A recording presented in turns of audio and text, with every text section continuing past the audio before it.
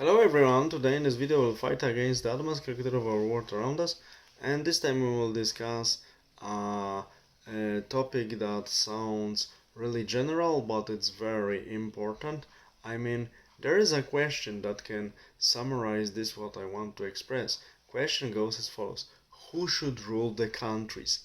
Our country, other country? And after observing history and especially recent events, looking into the especially incompetent series of politics in democratic parliamentarian states, that one is following another set of incompetent people who never face the consequences of their own decisions. That's why they are the most dangerous people in the world. I conclude that as current administration in Washington and current president shows, the business-based approach is the best one, especially with respect to finances, economy, which is obvious because these people want to reduce the debts, find new ways to earn new money, and it's proven now more and more that business approach to the foreign policy also brings profits because wars are not very profitable. So these politicians try to end them, but they business oriented politicians, I would say, they try to end the wars as soon as possible, but they want to end them in the way that their countries also will be beneficiaries of this peace treaty.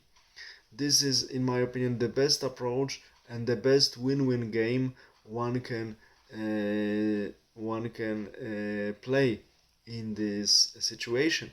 Like for instance, in the Ukraine conflict or the conflict between Israel and Iran, because the short intervention of United States in the Israeli-Iranian conflict simply finished it. As of now, Iranian regime is licking the wounds, pacifying the population, I guess, the resistance, and also Israeli government is silent and their military because they see that without US help, and the US are no longer so eager to help them all the time, they are not able to achieve much. That is why, as of now, two sides are silent and conflict is frozen.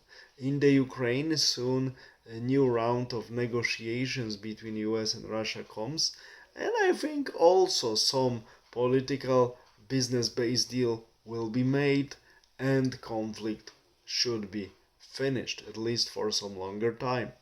That is why we shouldn't select politicians like current president of France, Emmanuel Macron, who is another product of parliamentary democratic politics that produces incompetent people who know only how to win the elections, but they don't know what to do afterwards, and they rely on McKinsey and other consulting groups that simply only suck money from the state budget and do not bring any solutions. They bring more and more problems and more debts.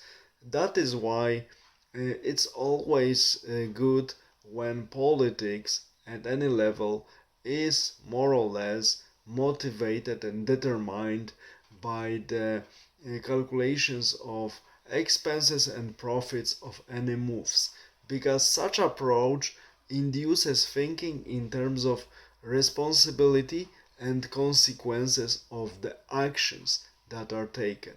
If we are not approaching to the politics in this way, we have doctrinaires and other people who are no longer efficient, and they bring only problems to their own countries.